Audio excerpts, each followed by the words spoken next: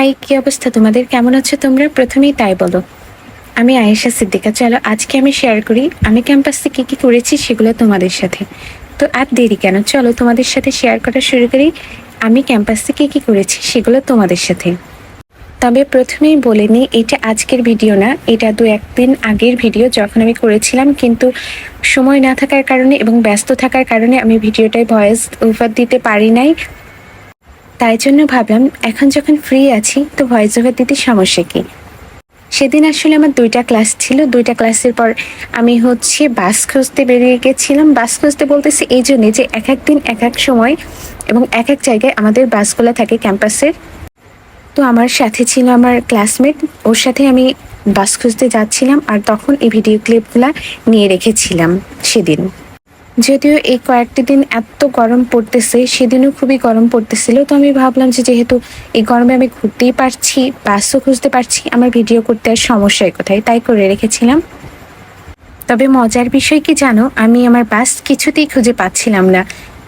আর এই কারণে আমার ফ্রেন্ড আমাকে নিয়ে খুবই মজা নিচ্ছিল। পরে এই যে পেয়েছিলাম সিনাই, এটাতেই আসছিলাম, একটা বাসে আসছিলাম সেদিন। তবে যেহেতু আমি বাস খুঁজতে যে অনেক দেরি করে ফেলেছিলাম, আমি কোনো সিট পাই নাই সেদিন। একে তো প্রচন্ড গরম ছিল, আমি ভাবছিলাম দাঁড়ায় আসবো, তারপর দেখলাম যে মামার পাশেই সিটটা ফাঁকা আছে। বুঝতে পারছো তোমরা কোন সিটটার কথা বলেছি? হ্যাঁ, ওই সিটটার কথাই বলেছি, যারা বুঝতে পেরেছ। যেই সিটটা একেবারে ড্রাইভার মামার পাশে থাকে, ওইখানে বেশিরভাগ সময় ছেলেরা যায়, কিন্তু আমি ভাবলাম দাঁড়ায় যাওয়ার চেয়ে এই রোদ গরমে 1 ঘন্টা প্রায় যেখানে সময় লেগেই যাবে, আমি বসে যাব। তো মামাকে প্রথমেই বললাম, মামা আমি এখানে বসে যাই। মামা যাই হোক বললো যে ঠিক আছে এখানে আসতে পারো, বসো, সমস্যা নেই। পরে আমি যাই হোক ওইখানে বসে আসছিলাম। তবে আমার সময় ভালোই কেটেছিল সেদিন, কারণ আমার পাশে একটা জুনিয়র ছিল আর মামার সাথে গল্প করতে করতে এসেছিলাম। তবে একটা বিষয় কি জানো, সেদিন আমার একটা চাওয়া পূরণ হয়েছিল। আমি খুব করে ভাবতাম যে এই রাস্তার একটা ভিডিও ক্লিপ নিব, কিন্তু কখনো সম্ভব হয়ে ওঠে নাই। কিন্তু সেদিন হয়েছিল। এই রাস্তাটা আমার এত পছন্দ, গাছপালার কারণে মূলত আমার অনেক বেশি ভালো লাগে। এতটা বছর ধরে ক্যাম্পাসে যাওয়া আসা করা হয়, কিন্তু কখনোই ভিডিও ক্লিপ নেওয়া হয় না, বিভিন্ন কারণে, ব্যস্ততা বা মনে থাকে না বা বিভিন্ন বিভিন্ন কিন্তু সেদিন আমার হয়েছিল। তাই আর দেরি না করে সেদিন আমি অনেকগুলো ভিডিও ক্লিপ নিয়ে রেখেছিলাম, যে পরে কোনো একটা ভিডিওতে আমি এগুলো অ্যাড করব এবং বলবো আমার অনুভূতিকে নিয়ে।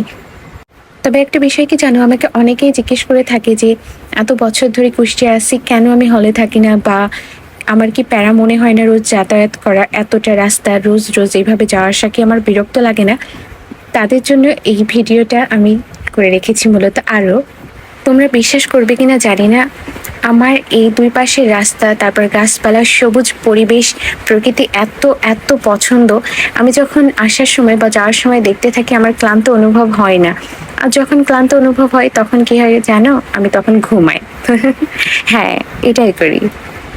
আসলে কুষ্টিয়া শহরের প্রতি আমার একটা ভালোবাসার কারণে আমি সেখানেই থেকে গেছি, তাই আর হলের দিকে যাওয়া হয়ে ওঠে নাই এবং চিন্তা ভাবনাও নেই ওখানে যাওয়ার। আর সময় তো ফুরিয়ে গেল, আর কবেই বা যাবো, তাই না বলো? আচ্ছা, অনেক কথা বলে ফেলেছি, আজকের জন্য এটুকুই। তোমরা ভালো থেকো, টাটা।